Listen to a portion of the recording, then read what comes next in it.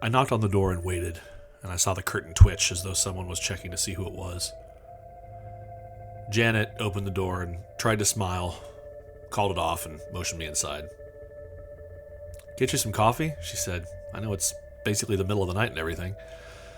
"Never too early for caffeine," I said. "Thank you. Black is fine." I followed her to the kitchen and took a seat at a modest table. I had the sinking feeling that I was sitting in a place normally occupied by Vicky. "I'm sorry for how I acted at the hospital," she said, pouring our coffees and joining me. "Don't be," I said. "No, I am," she said. "I'm not... Vicky is just..."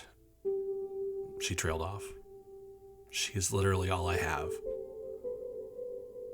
"Janet, I am so desperately sorry," I replied, "more than I could ever say." "Are you sure about how she is?" "Not entirely," she shrugged.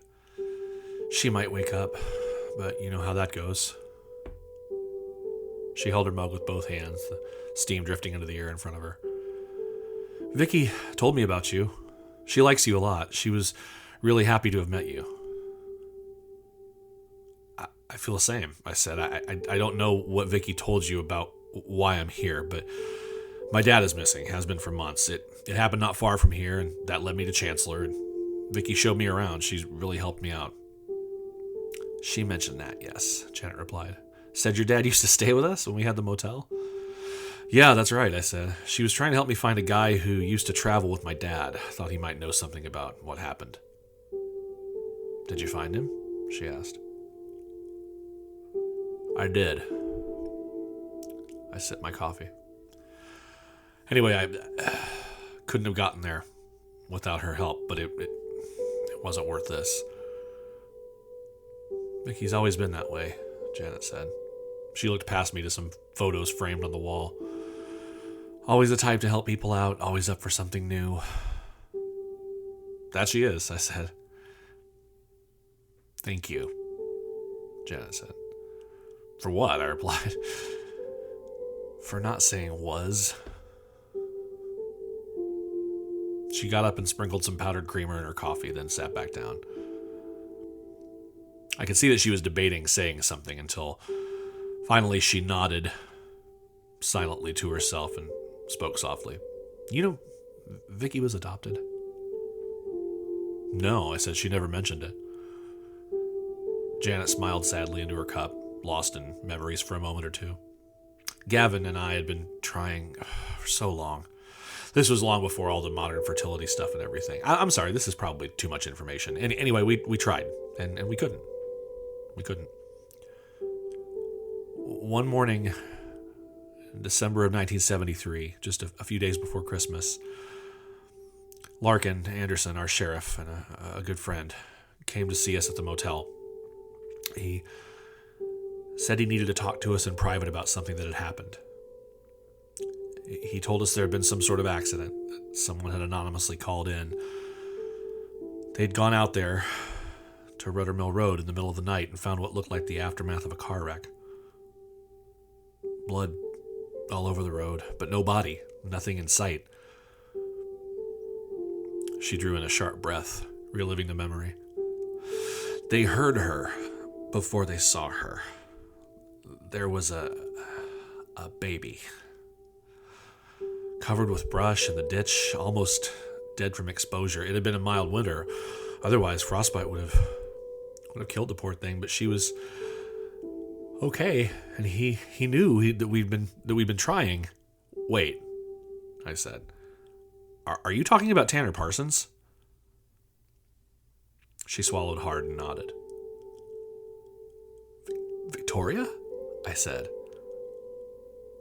The baby was Victoria? Back then, in a small town, well, it wasn't hurting anyone, she said. The baby had no parents that could be found. Tanner had disappeared, and no one ever knew who the father was. Larkin saw it as a way for everyone to win, I guess. The baby survived, and he brought her to us. He knew someone with the state. They filed whatever paperwork they needed to, and that was that. She was ours. My baby. She began to weep. My baby. She cried softly for a few minutes, and then we sat there in silence as my brain tried to accept this new wrinkle in reality. Vicky was Tanner's daughter. Janet, I have to ask you, I said finally. Vicky mentioned talking to you about Tanner, as well as this canter thing and some of the things that have happened around here. She pursed her lips and glanced up at me, then looked away. Why do you think I wanted to tell you all this? When Vicky asked me about Tanner, it made me think. Back then when it happened, well, for weeks, months, Gavin and I watched the news, kept an ear to the ground, so to speak, worrying that someone might come out of the woodwork wanting to claim Victoria. Did they? I asked. No, she said, but about 6 months after we took her in, we had a festival here in town. The Rudder Mill Festival, I replied. That's right. She sipped her coffee and then slid her cup aside. It was a big to-do, carnival rides and the whole 9 yards, a parade. And something happened, I said. What? There was a boy named Clement McGill, she said, and his name sent a chill through me. He was a sweet little boy. His parents had a dry cleaning business here in town. He used to help them out, ringing out orders and such. People knew him, Anyway, he was going to be in this parade. His parents had helped build a float. He was so excited. What happened? I replied. She took a deep breath. Paul, you have to understand that back then it was a different world. I'm older than you think, I replied. Oh, then you know, I guess, she said. You didn't have a lot of national news, and if something didn't get reported to the local news media, well, it just didn't a lot of the time. That's what happened with Clement. She absently stirred the dregs of her coffee with a spoon as she talked. According to the local papers, little Clement had gotten into one of those old crypts at Sacred Alignment and suffocated. Let the door shut on him and he couldn't get out.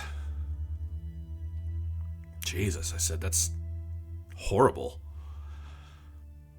She shook her head and smiled sadly. It's also a fabrication. What was in the papers is not what happened. Okay, so what did? I replied. Clement was found inside a cemetery crypt out there, she said. But he'd been stripped naked, had this thing cut into his face like what Victoria has now. Her breath came out in a shudder. They'd opened him, taken out his insides, burned them in a little fire just inside the crypt, and they'd stuffed him with streamers from one of the floats. Oh my God. I sat back in my chair and fought a sudden pang of nausea. I'm sorry, Janet, but how do you... I was there. She got up and set her cup in the sink, folded her arms against her chest, and stared out the kitchen window at nothing. When they found him, I was part of the group who went looking during the festival. And no one else outside of Chancellor? No one told anyone about this? I said, unable to believe what I was hearing. No one? Sure, they probably did, she shrugged, but you hear something crazy like that, who's going to believe it? They'd believe it if it was in a newspaper, but they wouldn't believe it if you told them your neighbor told you that's what happened and they heard it from their neighbor. Might as well be coming from the man on the moon at that point. So, what then? I said. About a week later, she said, after the whole thing made the local news and whatnot, I was headed back to the motel after running some errands in Chancellor. I was headed out past Sacred Alignment and my car broke down, something wrong with the engine block. Back before cell phones, I was stranded, so I walked to the nearest house, which would have been the Parsons house, I said. That's right. Lord knows that wasn't somewhere I wanted to go, she said, but I didn't want to walk all the way back into town when I just needed to use a phone. Marion was there. I explained what happened, and she let me in. Marion was hard to know, I guess you'd say.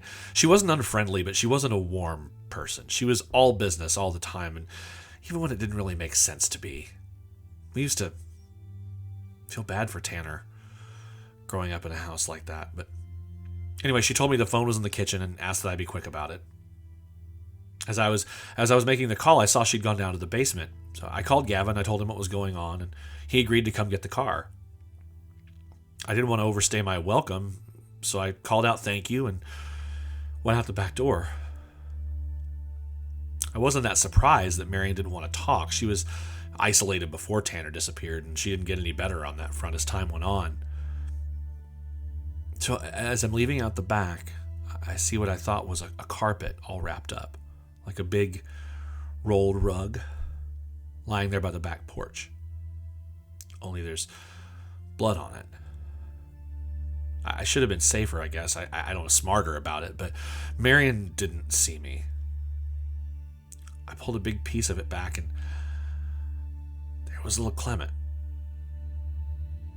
He had bites taken out of him, like a pack of animals had gotten to him or something. She'd gotten a hold of what was left of his body for some reason. Somehow, I got out of there, I ran back to my car, and that was that. Did you tell anyone? I asked. I told Larkin that he needed to keep an eye on Marion, she said, and he told me in confidence that someone had seen little Clement walking down the road towards Sacred Alignment with an older woman, not long before we found him. Marion? I said. Who else? She replied. Telling Larkin was all I was able to do at the time. Mentally, worrying about Victoria and all. All I could think about was thank God Vicky was with us and not her. God only knows what might have happened to her in that house. You hear rumors, but that's small town life for you. Rumors about what? I said, pressing. A cult? The word froze Janet's expression, and she smirked. You hear rumors. And Cantor? I said, what's the story on all that? Oh, I have no idea. It was just one of those things, all the way back to when I was a kid. She paused, thinking, sitting down at the table again. I suppose it started around the time the McMaster girl went missing in Desmond, Illinois. What was that about? I said. Well, no one really knew, she replied. It just became one of those urban legend type of things. 14-year-old girl named Sarah McMasters took off in the night with a boyfriend or something. Supposedly ran off with a boyfriend who was older. Probably not a great guy if he was working a 14-year-old, but her parents didn't buy it. They thought something had happened to her, and her grandmother lived with them, and Grandma said that she saw Sarah out in the field behind their property with this deformed horse and a man, strange-looking man, leading it. But she also said she saw gnomes cutting the brake line on the family's tractor, and she thought that the mailman, who was apparently a very sweet elderly man who refused to retire, was an alien wearing human skin. So, kids hear that stuff. You start passing it around. Was that before or after Tanner went missing? I asked. Oh, way before, back in the 50s, Janet said. She leaned forward, folded her hands, and looked at me with something like sympathy. This is a cycle that we've endured for a long time, Paul. I don't know why. Some places are just special in the worst ways, I guess. If I told you I thought I had this thing at least partially figured out, would you believe me? I said finally. She stared at me hard as though considering. I don't know that it matters if I'd believe you, she said. But if you told me you knew how to end it, she tapped the table with her fingernail, then I'd listen. Her phone rang, and she studied the number for a moment before answering. Huh, that's Bill Manning. She answered the call on speaker. Bill? I'm here with Paul Harmon. Janet, yeah, oh, hello, Mr. Harmon, yeah, Manning said, sounding a little confused. Listen, Janet, we have a bit of a situation here that I wanted to make you aware of. Van Evans, he's gone. What do you mean gone? She said, her tone angry and frantic. I had the general sense that there wasn't much love between Janet Chatham and the local police for some reason. What I said, he's gone, Manning replied. We don't know how, but he was missing from his cell just a bit ago, so we're going to put out an APB, notify other departments. I'm going to talk to my officers. We're sending someone up to the hospital right now to have eyes on Victoria, okay? That man, Janet said, terrified now. What he did to my girl. She trailed off, tears rolling down her face. I have to go, Manning said. Janet, Paul, I'll be in touch as soon as I have some news. Van couldn't get out on his own. I knew that. And I suspected that he had no friends on the police force either. Quite the contrary, given the circumstances. There was, however, someone I suspected might have the means to do it. Someone who had just paid me a visit. Someone who had been manipulating Van for years, by all accounts. I might know who has him, I said. Who? Janet said, more aggressively than I think she intended. And why? Why would they let him out? Listen, Janet, I stopped short of mentioning Bellringer or the Black Lucia, mainly because if what Chet had told me about them was true in any way, if they were a cult, and if they were, in fact, comprised of community members, then I really couldn't trust anyone. Not even Janet. Not yet. Not if I wanted to. I have to go right now. You have one of these? Janet quickly went to an ornate china cabinet in the hallway, opening the drawer and taking out a small holstered .22. You want it, just in case? No, I said, but thank you. Look, text me if you hear anything else. Okay, as soon as you hear anything, text me. And thank you for everything. You really... Go, she said. I've been here 70 years. I'm not going anywhere now. We can talk later. Find Van Evans. It was hot. Weirdly hot and terribly humid for not quite 5 in the morning in October, as though nature was folding over on itself, confused as to its purpose. I pulled the car over and got out, scanning both sides of the road for any activity. When Vicky and I had been exploring Chancellor over those first few days, she'd been pointing out little places of interest and that sort of thing. I told her about my dad's trap streets, and I mentioned the one near the old church where I'd seen the hobo sign cut into the tree. She'd shown me another place, one of 4 circled locations on my dad's map of Chancellor, that wasn't what it appeared to be on the map. It was the site of an old Greyhound bus stop back in the 30s, just an empty little cul-de-sac off of one of the main highways into town. But according to my dad's map, it was actually an intersection, even though it wasn't. That had got me thinking about a crazy idea. What if the trap streets were places where things got blurry, for lack of a better word? Little places like Bethel, where things weren't as they seemed in passing. If Bellringer had helped Van escape in some way, I thought perhaps they were together. And Bellringer mentioned not having a lot of time. What if he was taking Van with him wherever it was he was going? If Van disappeared, the whole Summers incident, Vicky's attack, all of it just became another story whispered about in the town's oral history. There was no proof of anything. Bellringer could return whenever the bends and folds in reality or time or space or whatever allowed him, and it could be neat and tidy.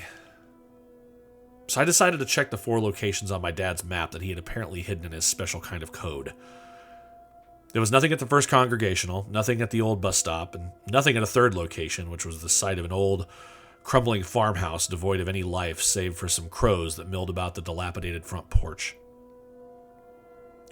That left me with one more place to check, and as I did the math in my head en route, I felt like the biggest fool in the world. The 4th location was marked on my dad's map as a frontage road that ran perpendicular to the highway between Swan Creek and Chancellor. I parked my car along the side of the highway, half in the ditch, and began walking through trees and dense brush, following the trajectory of the trap street on my dad's map that was named Sherman Road. Sherman had been the name of a playground we used to go to when I was a kid, just a couple blocks from my childhood home. I figured that wasn't by accident. What I hadn't initially realized about the trap streets was that they weren't pinpoint locations. They were ranges of distance. And as I entered a break in the trees, I saw two things. The first thing was that through the brush and thinning trees about 20 yards ahead, I saw Van's backyard and the playhouse. That was the fourth location on my dad's map, not just a spot on the highway. The range of distance ended at the playhouse. The second thing I saw was Van. He was on his knees, back against a tree, and his hands were cuffed behind him. When I saw the handcuffs, I didn't need to see anything else to know what was happening, so I wasn't surprised to see Aaron emerge from behind the tree. When he saw me, he froze. There was a gun in his hand, but he didn't make a move on me, merely stood there, sizing me up. "Paul," he said, "get back in your car, right now." "Not happening," I said. "Aaron, you need to listen to me." "Hi, Paul," Van said, sounding weary and out of it. "Hi, Van," I replied, not looking away from Aaron, fixing him in place. "No one has to know about this," Aaron said. "Paul, you know as well as Aaron, look," I said. "I know you love Vicky, okay? And I've been in that spot. I know how it feels for something to be taken from you, I do. But this isn't going to fix anything. You don't understand what's happening, not with Vicky, not with any of this." "They're coming for her," Van said. He studied me with fear and gravity in his eyes. "Soon. They're already here. They come when John goes." "Is that how it works?" I said. "John shows up, hangs around until enough weird shit happens and someone gets scared enough to mark someone, and then he just sort of expires, becomes that thing like a piece of fruit going rotten?" "Yes," Van sighed, and he looked relieved. "But if they don't get what they want, when they want it, it never stops, and it all just keeps happening." "They're here for Vicky then," I said, "because of what you did?" "I had to," Van said, his voice weak and childlike. "Margaret, she's so young and such a good person." "And Vicky isn't?" I countered. "Why her, Van?" "She was there," he said, looking down with something like regret. It occurred to me then what he meant. "That's why you were at the Rudder Mill house," I replied. "You weren't after her. You were going to use me." "If you were gone, there's no one to keep prying, and things can just go on like they have been," he said. "It was so much after Tanner. Everything with Tanner threw the whole balance out of whack for so many years of just... He trailed off, tears streaking his face. "God, if they'd just taken her like they were supposed to. No one understands." "What's the signal doing?" I said. It brings things to it. Is that it?" "You got me there," he said. I just found it by accident one night on the AM band. I was listening to a baseball game and fiddling with the dial, and there it was. I don't know where it comes from. It just played and played, and then something came. Something... He shook his head and leaned in, whispering to just me. "It's in my basement." "And it brought Bellringer to you?" I asked. No, it brought a little girl," he said. "She was sick. She was from somewhere else. Her name was Jade. She was in the playhouse one morning. The signal opens a door of some kind, like John can, but I don't know why." "What happened to her?" I said. "Jade." Van swallowed hard and shook his head. "She's in the basement too." "What in the Christ is he talking about, Paul?" Aaron said, his voice thick with dread and fear that he no longer tried to suppress. "So you thought you could use the signal, whatever this is, to Bring Margaret back? I said. I remember reading a theory about Indrid Cold and how his voice was supposedly identified as a frequency not accessible to human vocal cords. I began to wonder about the nature of the signal. He nodded. I used to turn it on at night, and I'd padlock the playhouse shut. He said, and one morning, Margaret was in there.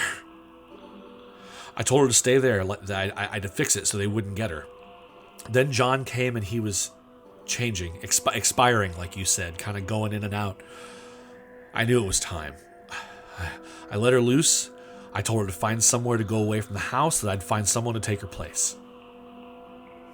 How did she end up wherever she went in the first place, I said. Wherever it was that you? No, Van said, horrified. I never would have done that. I don't know how she found her way through. I wanted all this to stop. He looked at the ground and I saw tears drip from his eyes onto the ground. But it'll never stop, will it?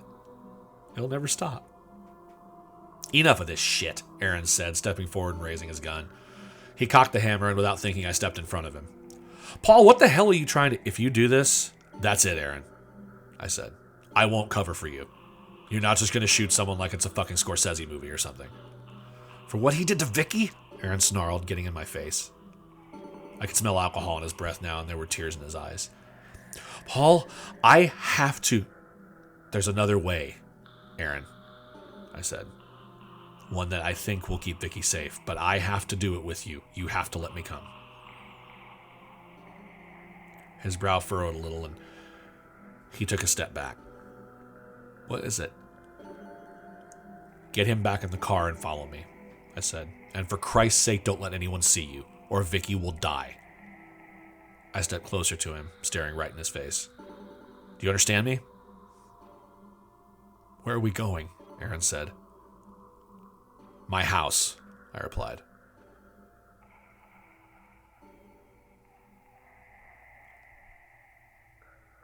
To his credit, Aaron did as he was told, and didn't let his anger get the better of him as we made the short but anxious journey across town to the Parsons house.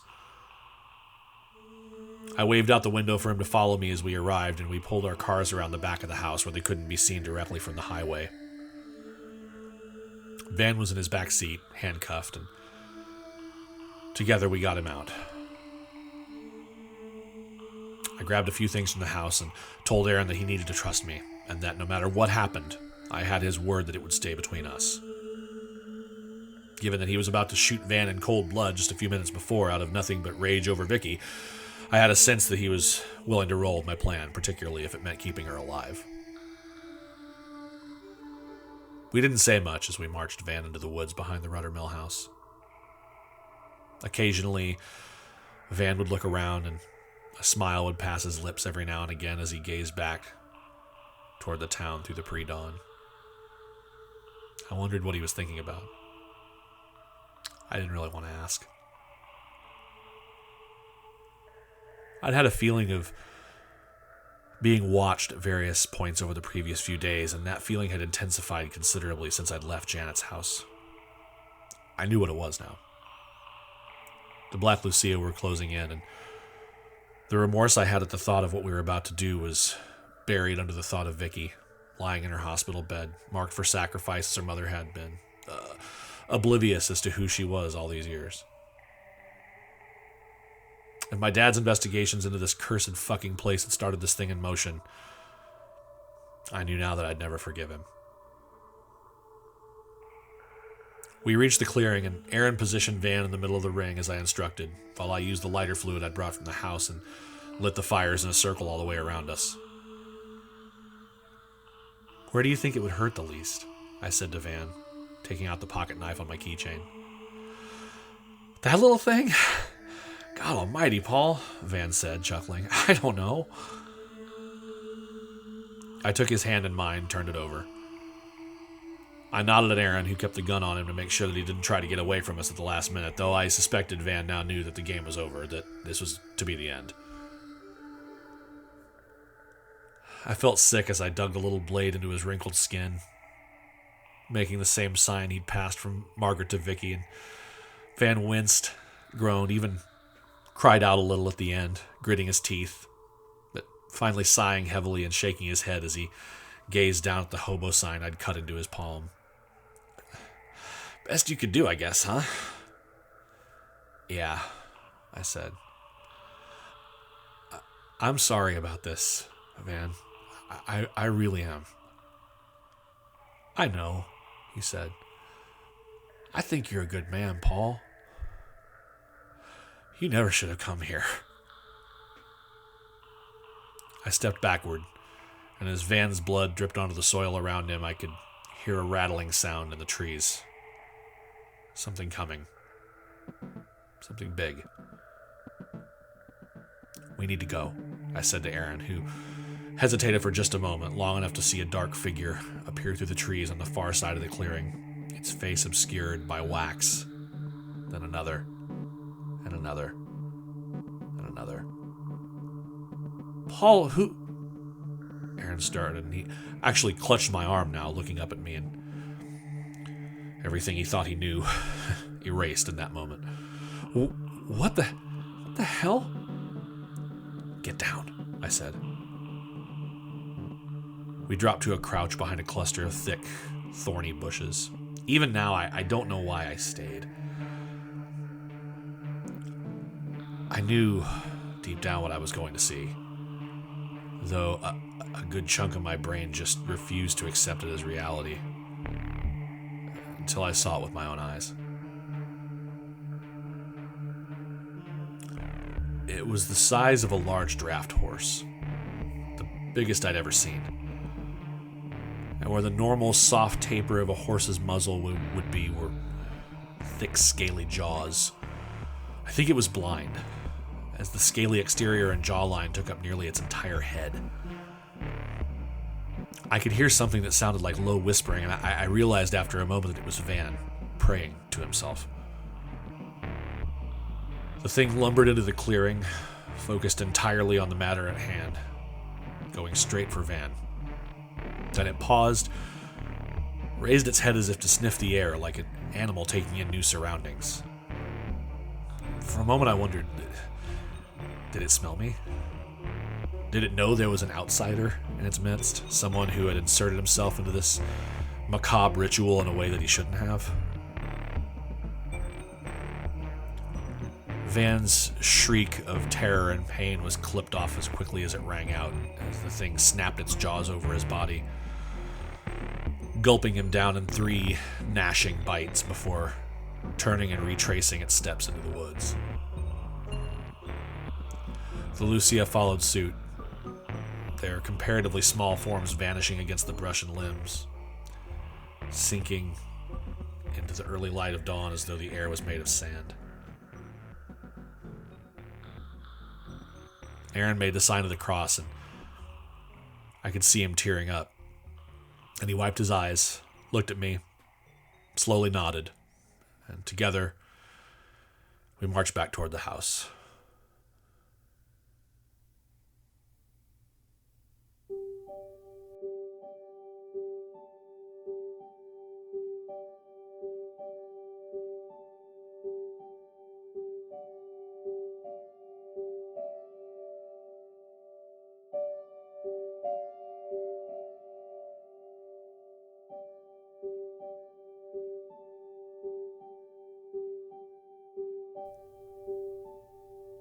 Janet, Aaron, and I sat around Vicky's bed.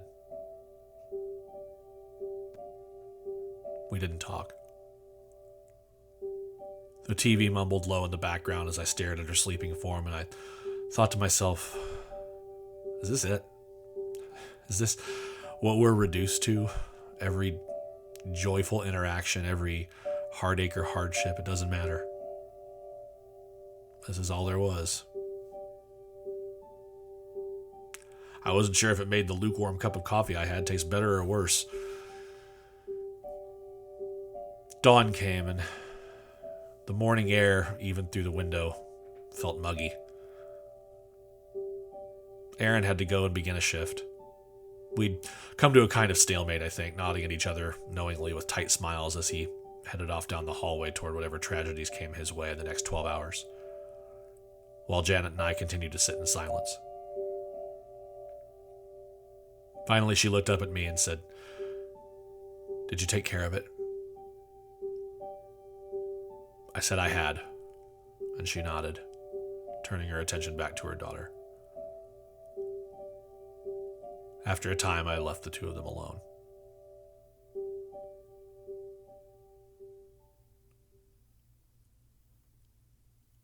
The police tape was still fluttering around Van's house on Calendar Road, so I swung back out to the highway, parked along the ditch, and cut through the brush where I'd found Aaron with Van. I counted my steps to the playhouse, 60 in all, and stepped inside. I guess I wanted something tangible, the air to taste or feel different, some evidence that it was part of a skip in the fabric, but there was nothing, just the silent radio taped to the wall. I thought about turning it on, sitting for as long as I had to and waiting to see if anything came. Instead, I slipped my pocket knife, still stained with Van's blood, along the inside of the back door jamb. It popped open and I went inside. The house was the same as it had been when Vicky and I had last been there, only now things had been ransacked by the police. Drawers and cabinets slung open, things moved around on shelves. The door to the basement was in a little pantry off the kitchen, and it was unlocked. I turned on the light and slowly made my way down the stairs. It was your typical Midwestern basement with a concrete floor, hot water heater, and gas boiler in one corner, washer and dryer, cupboard full of cleaning supplies. A sump pump and ejector pit were on the other side of the room, their heavy rubber lids screwed tightly into place. For those of you without basements, that's a device to push water from below your foundation to the sewer outside. Something seemed off to me, but I couldn't put my finger on what. As I walked around the room, pushing on walls, testing the floor.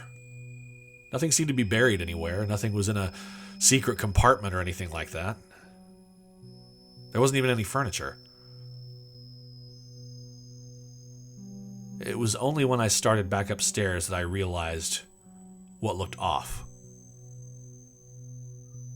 The lid to the sump pump wasn't dusty. I found some old tools in the drawer, and after almost stripping two aged rusty screws entirely, I managed to get the lid off the sump pump. Inside was a large canvas bag, like a mail carrier would have, and there was a sweet, sickly smell from the inside. Reluctantly, I heaved the bag from the hole, dragged it to the middle of the room, and peeled back the fabric to reveal a thick plastic bag within the larger one. I could see something gray and discolored on the inside, something heavy, and when my hand closed around what was most certainly a skull, I drew it back and froze where I stood for a moment. Van was gone, and now this had somehow eluded the police, though they didn't know what they were looking for. I needed to at least see what it was.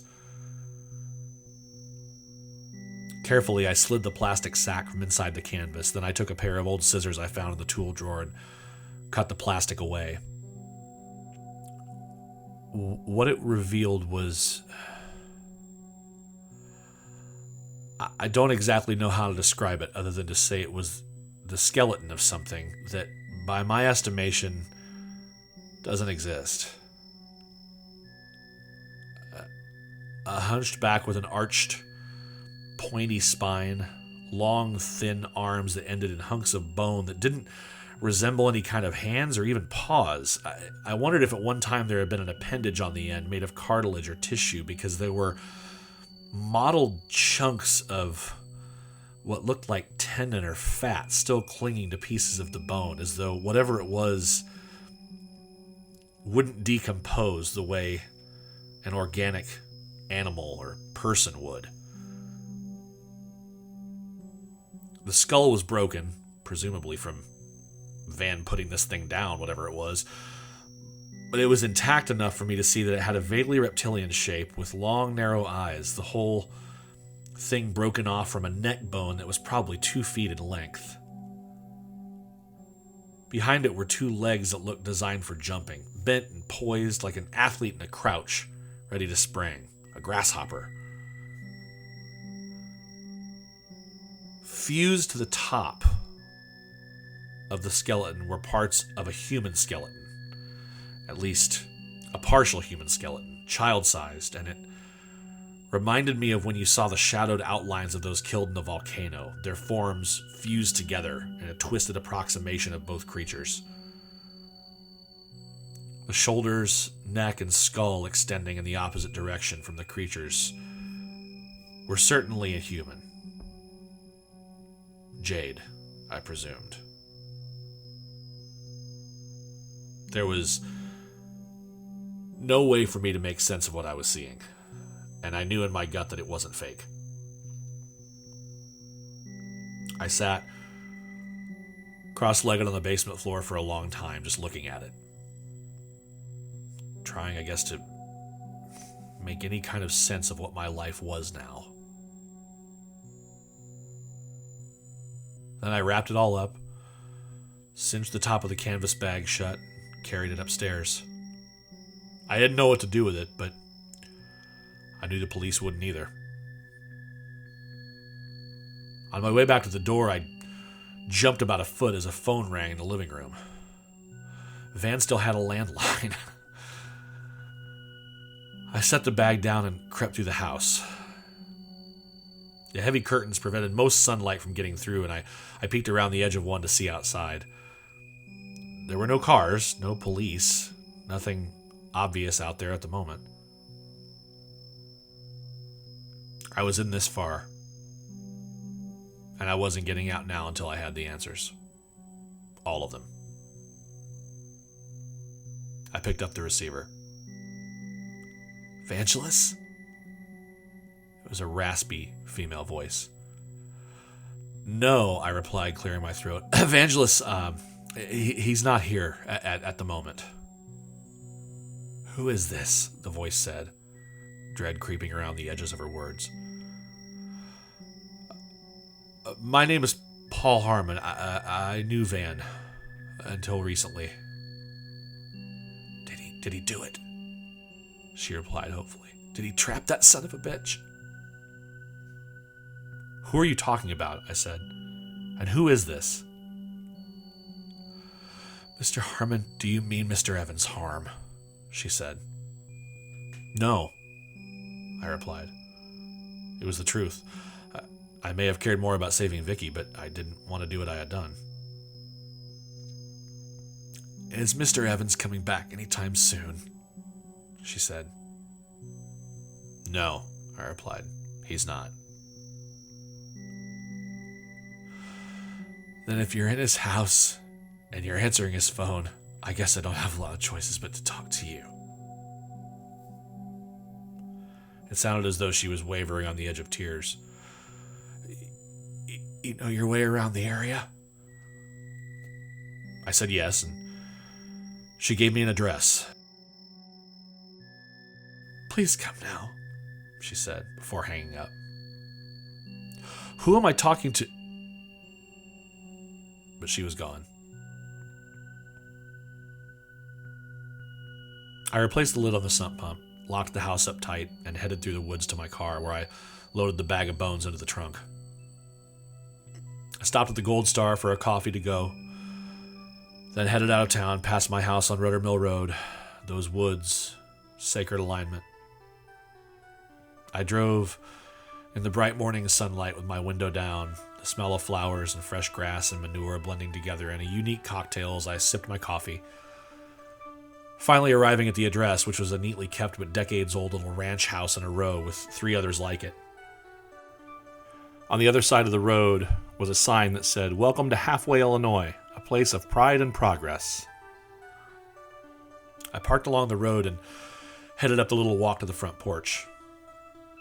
The mailbox read Burns, and I knocked on the door. There was a click. Then the door swung open on a small, sparsely decorated living room. A woman of maybe 60 sat in a wheelchair before me. She wore a black blouse and slacks, and she was missing the lower part of her right leg and her right hand. I could see from her eyes that she was blind. Are you Gina Burns? I said. From the Quincy Register? Yes, she said, her voice barely a whisper. And I need your help.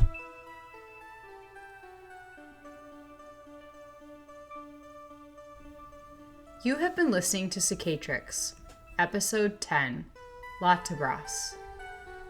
We will return with more of Paul's recordings soon. Until then, please visit www.sensoryeclipse.com for more information about future episodes and to catch up on the investigation so far. Cicatrix is a production of Sensory Eclipse Media with funding from the estate of Vincent Galt and has been transcribed and produced by Christopher Bevard. For more information on this and other podcasts from Sensory Eclipse, as well as more information regarding the ongoing mystery of Richard Harmon's disappearance, please visit www.sensoryeclipse.com. Original music and score by the Crone Hex. Check them out at thecronehex.bandcamp.com. Thank you for listening.